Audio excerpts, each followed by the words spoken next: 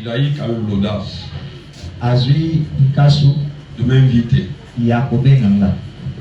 Je lui ai demandé, comment tu as le courage de m'inviter pour venir dans ton assemblée? Est-ce que tu as bien organisé le travail?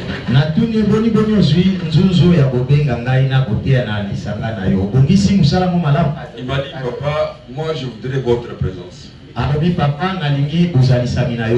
Oh d'accord, je vais venir. Je remercie vraiment tous les serviteurs qui sont venus répondre à son invitation.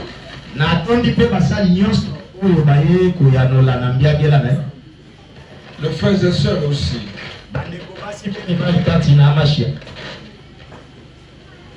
Nous allons nous exhorter sur un thème: le salut vient des Juifs.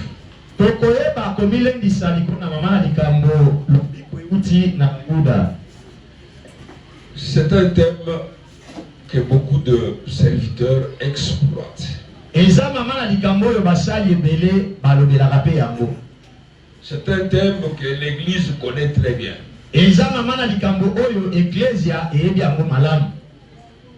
Je ne vous donnerai pas de nouveaux versets ou de nouveaux chapitres. Je vous donnerai toujours le même chapitre que vous avez dans vos Bibles. Nous ne faisons pas la compétition. Nous ne faisons pas la concurrence. Mais nous voulons seulement nous entraider.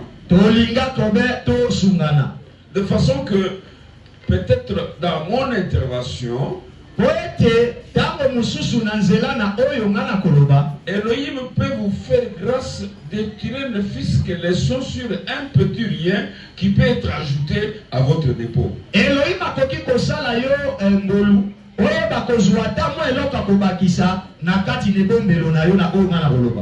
Si peut-être dans ce que je dis, vous avez trouvé que, en tout cas, on ne peut pas s'entendre, il y a point de divergence, on ne va pas se bagarrer.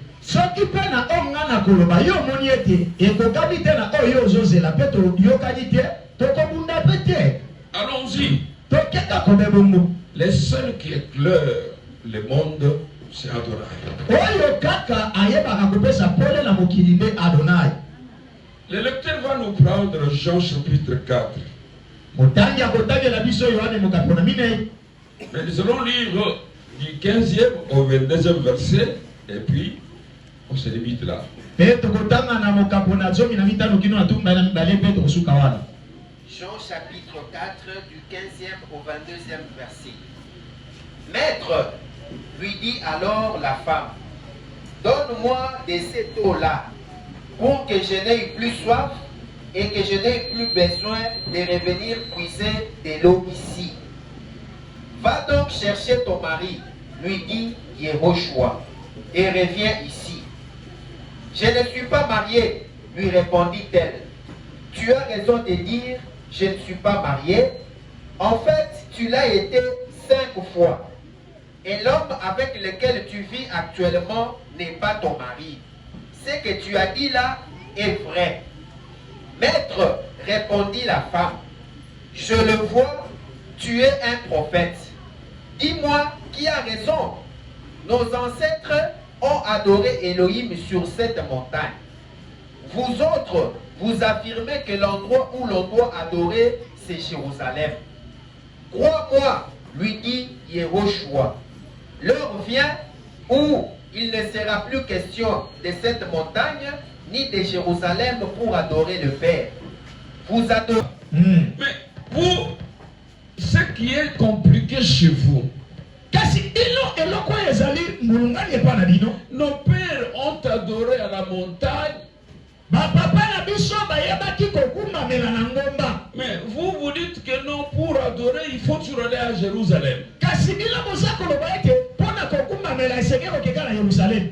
Alors, c'est là que les choses commencent. Maintenant, le ciel lui dit, femme, l'heure vient où ça ne sera plus encore ni à la montagne, ni à Jérusalem. Les vrais adorateurs adoreront le Seigneur en esprit et en vérité. Vous adorez ce que vous ne connaissez pas. Mais nous adorons ce que nous connaissons. Car le salut vient des Juifs. Mais là, je vois le Seigneur qui parle au pluriel en disant nous. Donc ça dit qu'il se met dans la liste des Juifs. Il dit que nous adorons ce que nous connaissons. Et il termine. Car le salut vient des Juifs.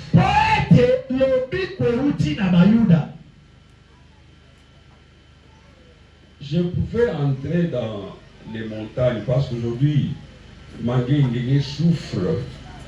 Louzizima souffre. Campus là-bas souffre parce que les gens croient que c'est là qu'ils peuvent trouver Elohim. Non. Badara, Louzizila, Awan Internas, il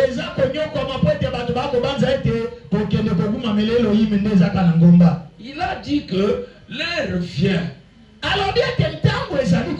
où le vrai adorateur, ça ne sera plus encore à la montagne ni à Jérusalem, mais en esprit et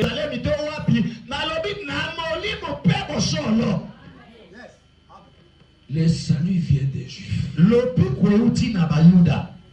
Mes chers frères et sœurs, pourquoi le Seigneur peut faire une déclaration grave comme celle-là?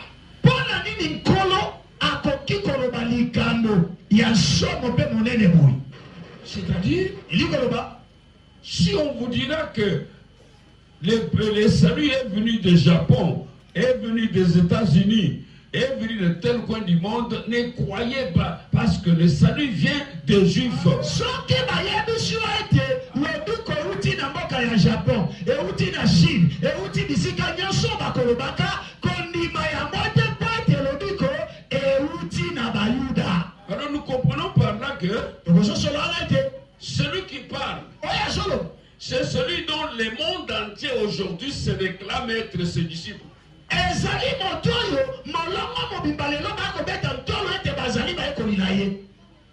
Prenons Michée. Chapitre 5. Dans le chapitre 4, verset 5.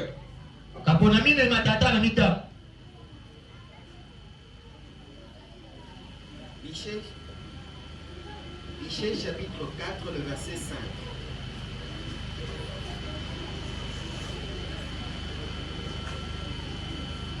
Les autres peuples marchent chacun au nom de ses divinités. Mais nous marcherons au nom de Yehowa, lui qui est notre Elohim, toujours et à jamais. Ça, c'est le prophète Michée. Il déclare que les autres peuples, d'autres versions disent, tandis que toutes les nations marchent chacune au nom de son petit Dieu, mais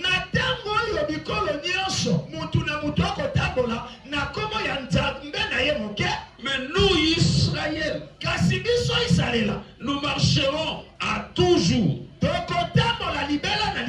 et à perpétuité au nom de, vous avez suivi notre frère Ali, Yehowa. C'est ça son nom que les Hébreux connaissent. Parce que ce nom-là est la composition des 4 lettres qu'on appelle tétragramme.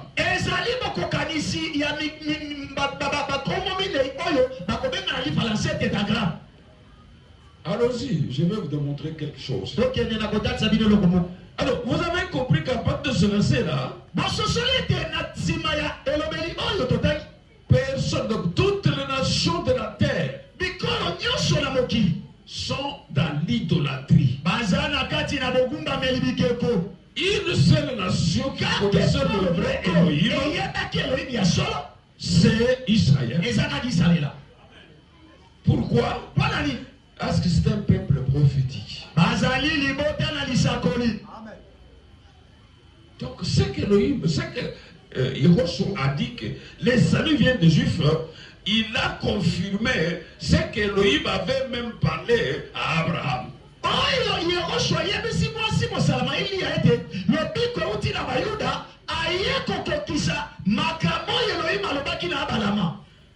Prenez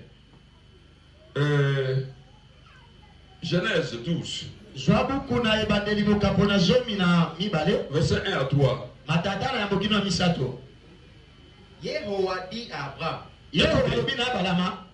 va-t'en de ton pays, Toi commencé par là, de ta patrie, et de la maison de ton père, dans le pays que je te montrerai. Je ferai de toi une grande nation, et je te bénirai. Je rendrai ton nom grand, et tu seras une source de bénédiction. Je bénirai ceux qui te béniront, et je maudirai ceux qui te maudiront. Et toutes les familles de la terre seront bénies en toi. c'est ça le commencement de tout. Si toutes les familles de la terre seront bénies en toi, ça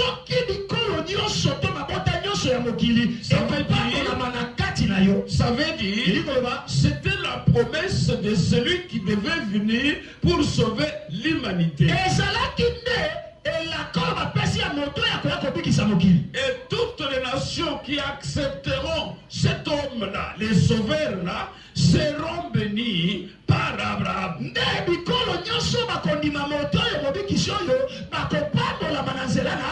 Voilà pourquoi un verset dit que vous tous qui cherchez la justice, portez le regard vers Abraham, votre père, car c'est lui seul que j'ai appelé et je l'ai multiplié.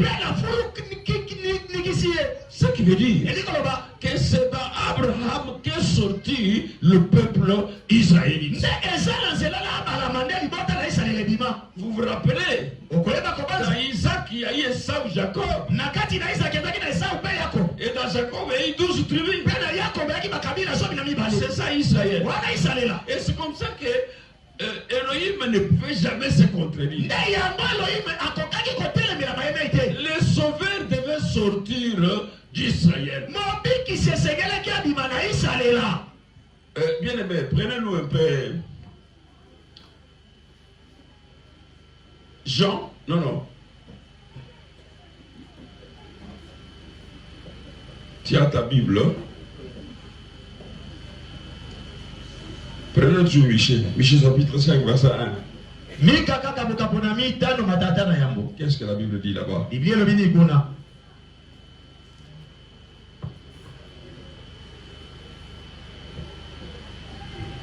Michée chapitre 5, verset 1. Et toi, Bethléem, Ephrata. Ça, c'est Elohim. À partir de ce moment-là, vous savez qu'il y a beaucoup de gens qui ont troublé ce monde. Tel sort aujourd'hui. Tel sort aujourd'hui. Je suis sauvé. Il entraîne les gens derrière. Tel sort demain là-bas. Je suis sauveur. Il entraîne les gens derrière. Et les gens croient. Ce qui est étonnant, même les intellectuels de haut rang acceptent ces histoires-là comme des aveugles. Je me demande est-ce qu'ils lisent vraiment les Écritures. Et l'homme qui a pour secours le Dieu de Jacob. Oh, le Dieu de Jacob, c'est Elohim. C'est El Shaddai. C'est Yehovah. Est-ce Est-ce que vous comprenez? Amen. Donc les nations ne connaissaient pas les vrais créateurs. Non, non. C'est comme ça que notre apôtre à nous, lorsque aussi il a été saisi par Elohim, il le confirme. Mon bien-aimé, prend Éphésiens,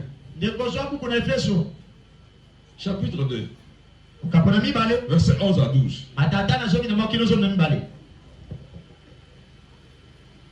Éphésiens chapitre 2, verset 11 à 12. Rappelez-vous que vous étiez autrefois. Écoutez. Rappelez-vous que ce que vous étiez autrefois, vous n'êtes pas juif de naissance.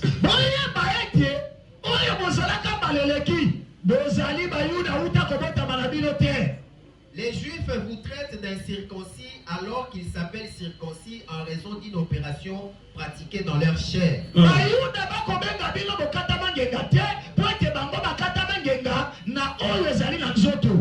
Eh bien, en ces temps-là, vous étiez loin des Hamashia. Il s'adresse à nous les nations. Vous n'étiez pas, donc vous étiez loin des Hamashia. Allez-y. Vous étiez étrangers. Vous n'apparteniez pas au peuple d'Élohim. Vous étiez exclus des alliances fondées sur la promesse divine.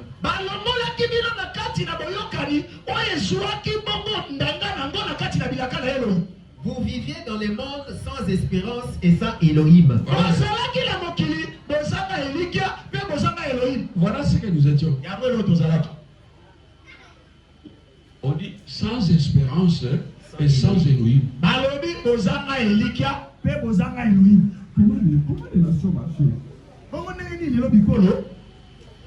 Donc, on marchait comme ça, papa, sans espérance et sans Elohim dans le monde. On dit étranger aux alliances de la promesse.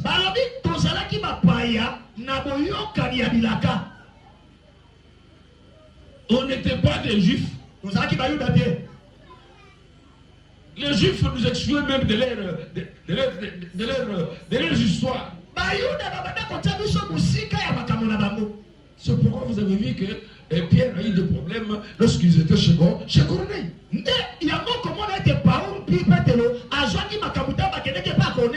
Par jalousie, ils ont dit à Pierre, mais comment cette histoire est pour nous? Tu peux entrer dans la maison d'un païen. Et aujourd'hui, maintenant, il parle la langue et il est parti de cet esprit comme nous. Comment tu as fait ça?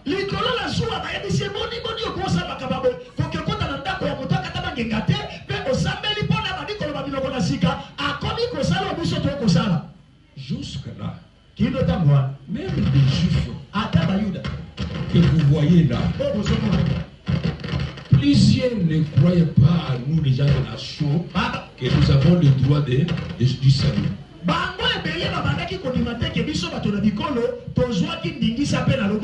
Je dis que même aujourd'hui, plusieurs ne croient pas que nous, les gens de la nation, nous appartenons aussi au salut de Yahushua. Non, non.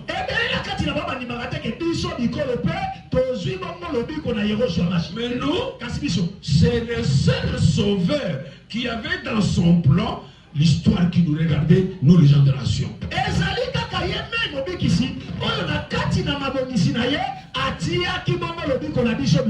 Alors vous avez compris, mes chers frères, que le salut n'était pas notre histoire, mais c'était l'histoire des Juifs. Paul le confirme dans Romains. Allons-y. Chapitre 9. Versets 3 à 5. Romains 9, 3 à 5. Je souhaiterais être moi-même maudit par Elohim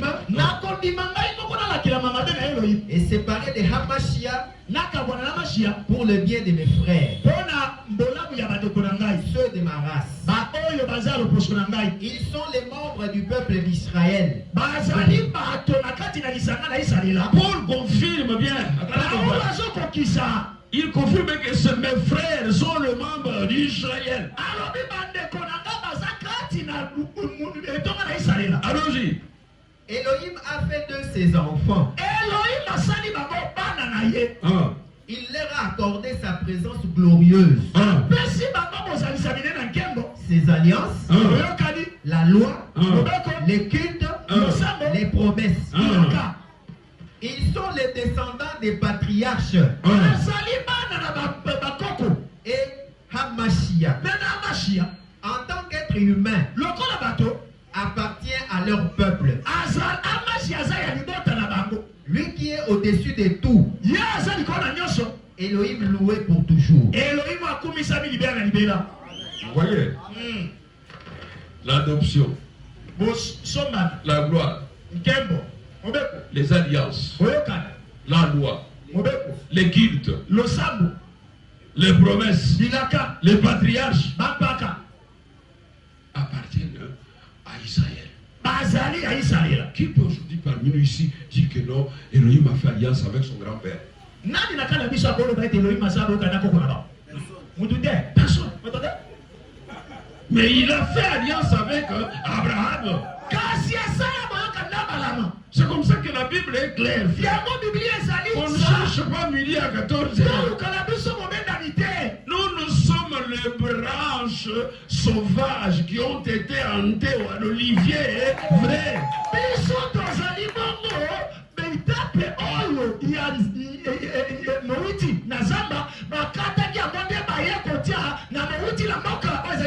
Acceptons notre réalité.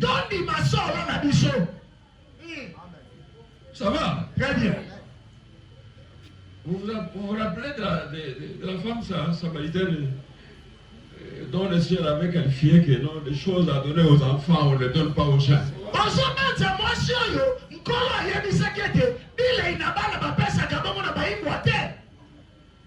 Si c'était une autre femme, il allait dire, mais cet homme me jurie comme ça. Je pars. Non. Comme c'était des histoires spirituelles à un niveau très élevé. La femme lui dit, d'accord Seigneur. Même si les enfants peuvent manger des bonnes choses, mais les chiens peuvent se contenter même des miettes qui tombent. Laissez le regard de la femme. Tiens, je n'ai jamais vu une telle fois en Israël. Est-ce que la femme a... Est-ce que c'est révolté que non, on m'a injurié? Ce n'était pas une injure, mais c'était des choses spirituelles dont il fallait avoir l'oreille pour bien comprendre.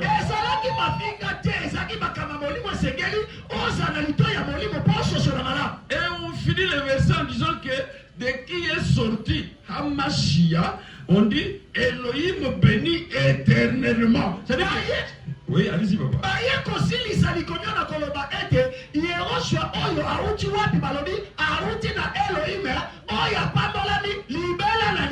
Donc, dans la promesse, dans Romains 9, là où nous avons dit, là, on dit de qui est sorti Hamashia, en tant qu'être humain, appartient à leur peuple. Appartient à leur peuple.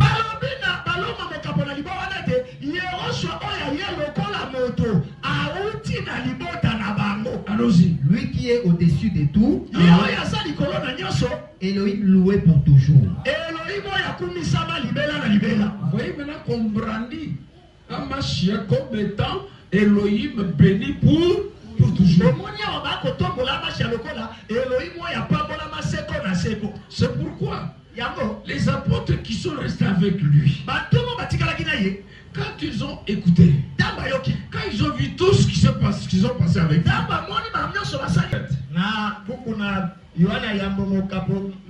qu'est-ce qu'ils ont dit? 1 Jean 5:20. Nous savons que le Fils d'Elohim est venu et qu'il nous a donné l'intelligence, nous permettant de reconnaître Elohim le véritable. Nous demeurons unis à Elohim véritable grâce à son Fils Yeshua HaMashiach. C'est lui Elohim véritable, c'est lui la vie éternelle. Maintenant, on fait sortir des choses qui sont dans Yehoshua. Que celui Elohim véritable et celui la vie éternelle. Voilà pourquoi le salut vient de lui. Donc si vous n'avez pas cru en lui comme tel, c'est très dangereux. Parce que le verset 21 dit: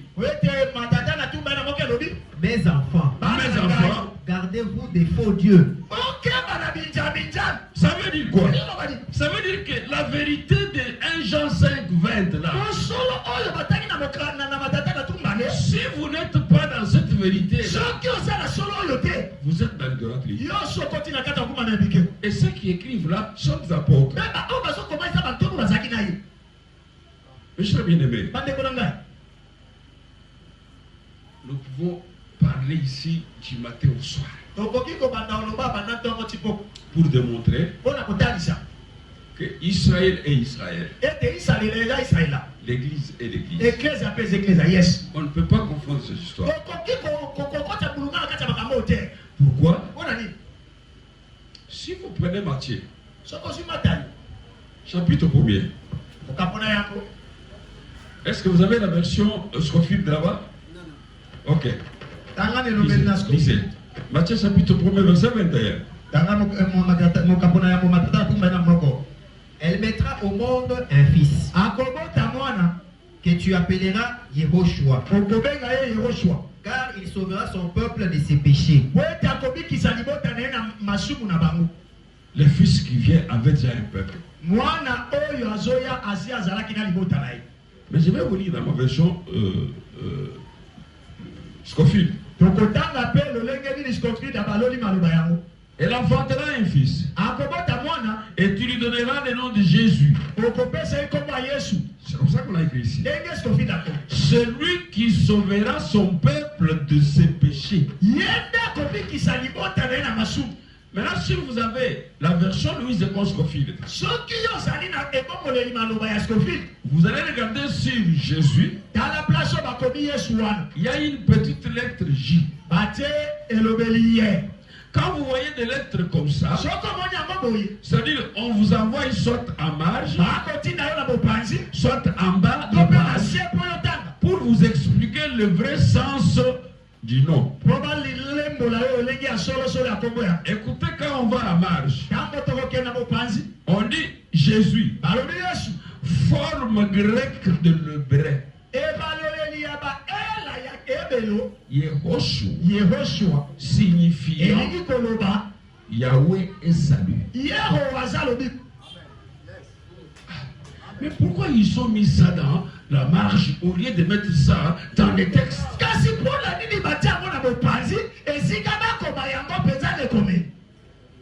Vous voyez comment les religieux, hein, surtout, que ce soit catholique, que ce soit l'église protestante, ce sont eux qui nous ont faussé compagnie.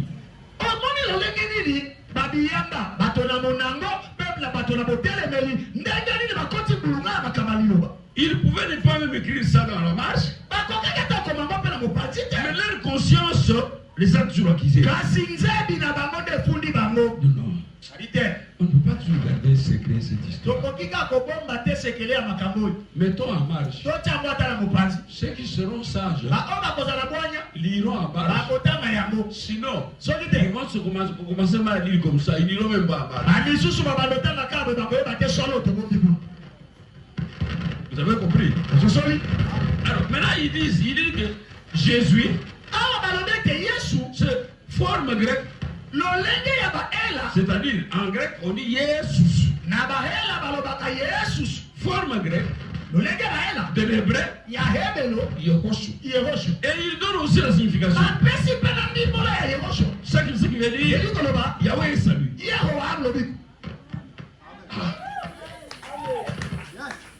Mais maintenant vous comprenez. C'est pour ça que j'ai dit ici que vous pouvez nous taxer de tous les mots. Mais il y a moins. Allez chercher la version ici. lisez-les. Vous comprendrez que nous ne parlons pas des choses pour parler. Je vais vous prendre deux autres versions. Ici, Louis Scofield, c'est les protestants. Mais les deux versions ici avec crampon, ce sont les catholiques. Ici, c'est l'ancienne version de 1905. Ici, c'est la nouvelle version révisée de 1960. Mais nous allons tout de la Matthieu, chapitre 1, verset 21.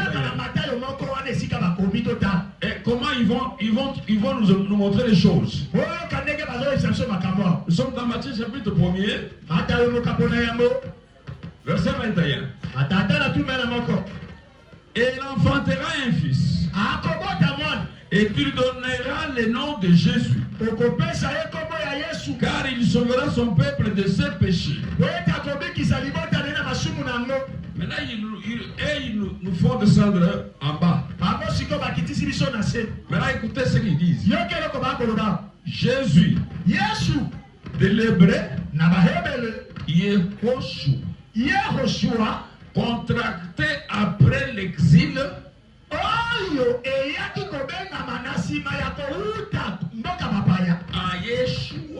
Yeshua. Ce sont des exégètes, ce sont des personnes qui ils disent bien de l'hébreu Yehoshua, contracté après l'exil à Yeshua.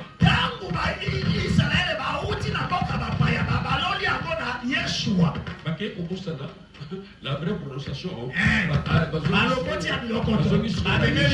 Yeshua. Or, si nous prenons Yeshua, comme ça se dit actuellement, on parle de ça. Même Shuraki a traduit aussi ça. Mais on ne trouvera pas Yehovah là. Mais nous continuons. Ils disent littéralement Jéhovah est sauveur. Maintenant, tout ça vous avez caché. Pourquoi? Parce que on va dire que les garçons qui étaient venus en Israël là seront les créateurs.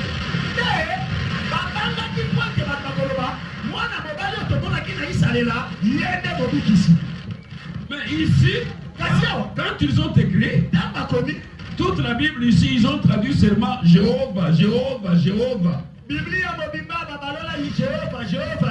Maintenant, quand ils vont réviser, ils changent Jéhovah. Maintenant, ils écrivent Yahweh. C'est-à-dire qu'ils ont compris que dans Jéhovah, pratiquement les tétragrammes ne se trouvent pas là.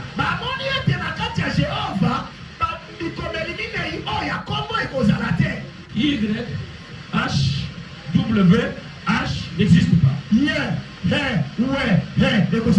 Parce qu'il y a là-bas G et V. Or, selon la lettre alphabétique hébraïque, G, V, ne se trouve pas. Ils ont compris. Ils ont dit corrigeons. Au lieu de Jéhovah, ils ont mis Yahweh. Moi j'ai un petit livre, une brochure de témoins de Jéhovah. Ils ont écrit les noms divins qui demeurent à jamais. Mais écoutez, dans les commentaires, ils disent ceci. Nous avons adopté Jéhovah parce que la majorité l'a adopté. Donc ça devient maintenant histoire de vote. La minorité n'a pas été. Comme la majorité a adopté Jéhovah. Non. Ici, il n'y a pas question de majorité. Ici, il y a quelque chose de ainsi dit.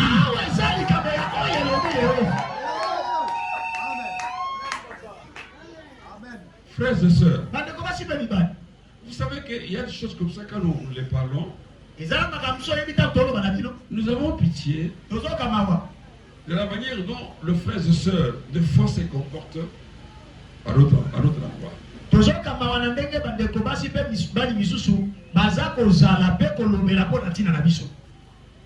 Moi, votre frère, lorsque j'ai commencé à parler de cette histoire sur la ville, mais il y a eu des serviteurs qui sont passés du haut de la chaîne pour dire à leurs infidèles que n'écoutez pas cet homme-là, c'est un démon, il prêche un nom démoniaque. Hein? Donc c'était terrible.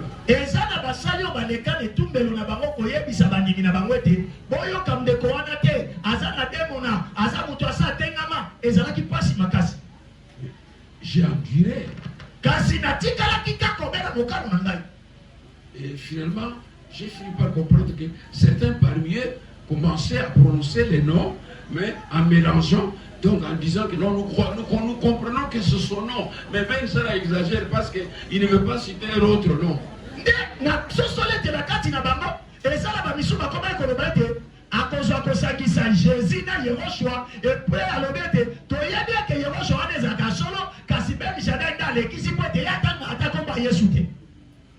Frères et sœurs, si tu n'as pas Yehoshua, tu n'as pas de salut.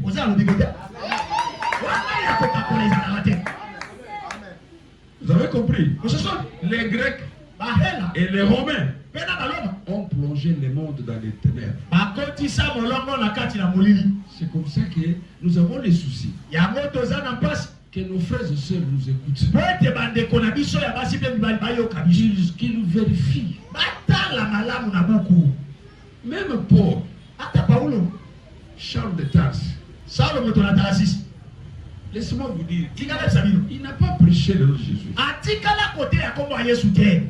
Yes. Peut-être vous allez me dire que non, votre exagère.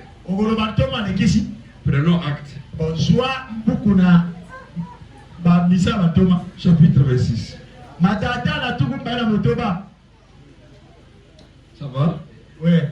Épargnez-nous de beaucoup de choses, mais prenons-nous seulement à partir du verset 13, descendons jusqu'au verset 17.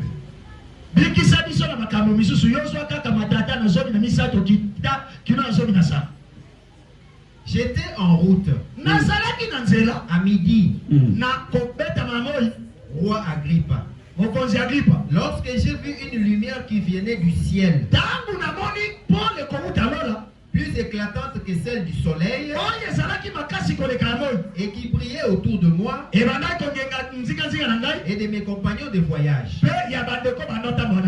Nous sommes tous tombés à terre, et j'ai entendu une voix qui me disait en langue hébraïque: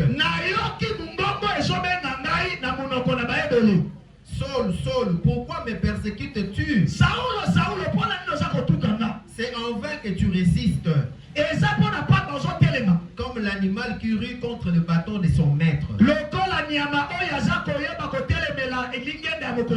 J'ai demandé les bâtons, j'ai demandé: qui es-tu, Adonai? Et Adonai m'a répondu: je suis Yehoshua que tu persécutes. Je suis Jésus que tu persécutes. Mais relève-toi, tiens-toi debout. Je te suis apparu pour faire de toi mon serviteur. Tu seras mon témoin pour annoncer comment tu m'as vu aujourd'hui et proclamer ce que je te révélerai encore. Je te protégerai face au peuple juif. Et réfléchissons entre nous. C'est Paul, quand il allait là, il allait pour aller tuer ceux qui confessaient le nom de Yehoshua.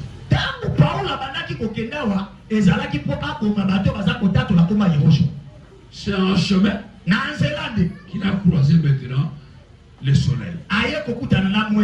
Il décrit.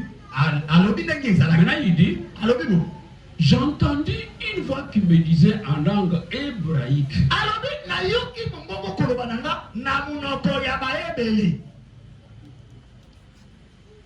Moi aussi je lui demandais, qui es-tu Seigneur, toi que je persécute?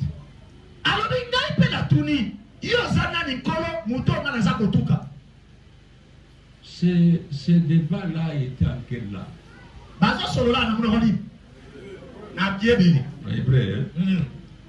Mes chers frères, vous croyez que quand il demande maintenant au Seigneur qui es-tu,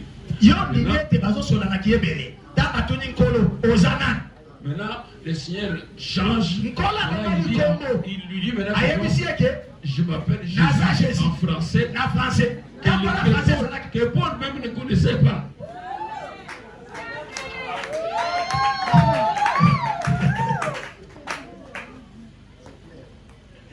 Vous êtes des intellectuels parmi nous ici. Nous avons tous étudié. Les Français dérivent du latin. Et le français a vu les jours vers le 4e et le 5e siècle de notre temps. Mais maintenant, le 3e siècle, le 2e siècle, le 1er siècle, comment on a appelé les Seigneurs?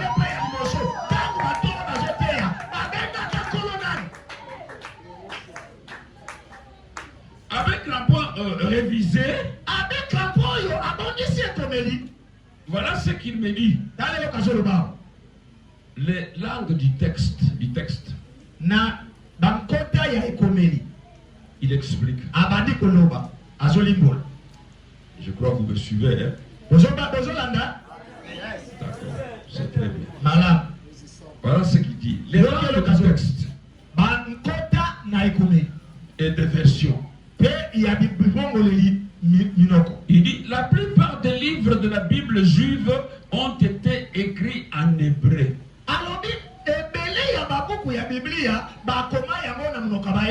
Quelques chapitres de Daniel et d'Esdras sont en aramaïen.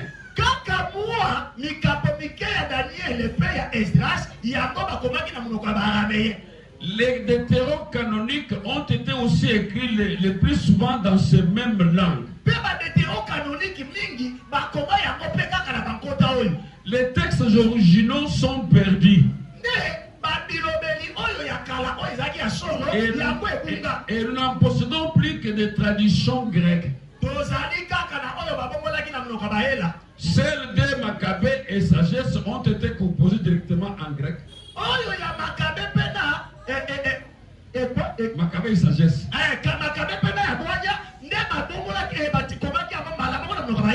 Les livres hébreux furent traduits en grec à partir du 3e siècle.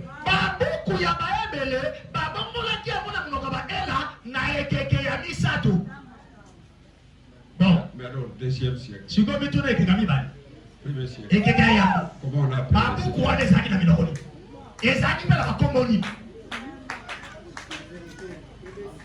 Mes chers frères, vous voyez pourquoi nous disons que les catholiques, les protestants, surtout les grecs,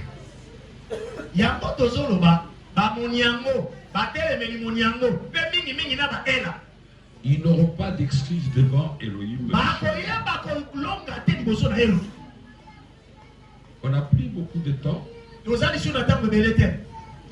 Même si on vous invitait à venir, même des jours pour comprendre ces choses, vous ne viendrez pas.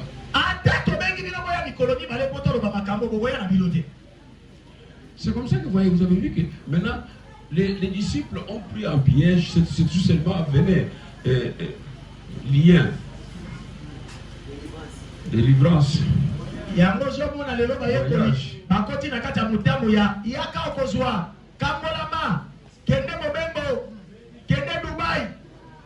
Ces histoires-là, quand ils ont cheminé sur la terre, il les a trouvés. Il les a trouvés. Il a trouvé des riches. Il a trouvé des pauvres. Il a trouvé des gens qui se mariaient. Il a trouvé d'autres qui ne se mariaient pas. Est-ce que ça devient maintenant l'évangile? C'est ça l'évangile? L'évangile, c'est le salut de quiconque croit. Pour qu'il soit sauvé et qu'il entre à la vie éternelle. C'est ça l'évangile. Mais vous prenez maintenant, regardez, vous savez quand le vieux a béni ses fils Esaü et Jacob. Vous savez ce qui s'est passé là-bas. Même quand la mère de Jacob lui a dit attention, fais vite. Ton papa va bénir.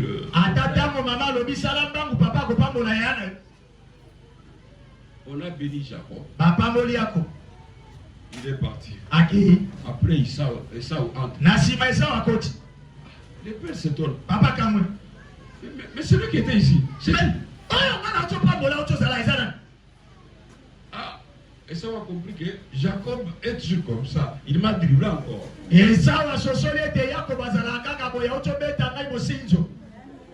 Mais papa, tu dois me bénir. Le vieux dit que non. La vraie bénédiction est partie avec Jacob. Pourquoi? Parce que Jacob est allé avec Shilo. Le Seigneur. Le salut. Bon, je vais te donner les miettes qui te restaient. Tu seras nomade. Tu vas commencer à chasser les voyants. Chasser les visas. Chasser les mariages. Chasser les mariages. C'est ça. C'est pourquoi l'évangile là, c'est l'évangile de Saül.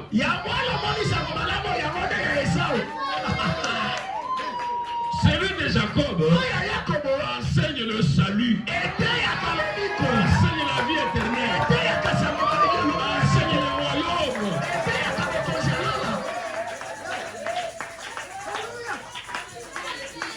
Quand il vous bénisse.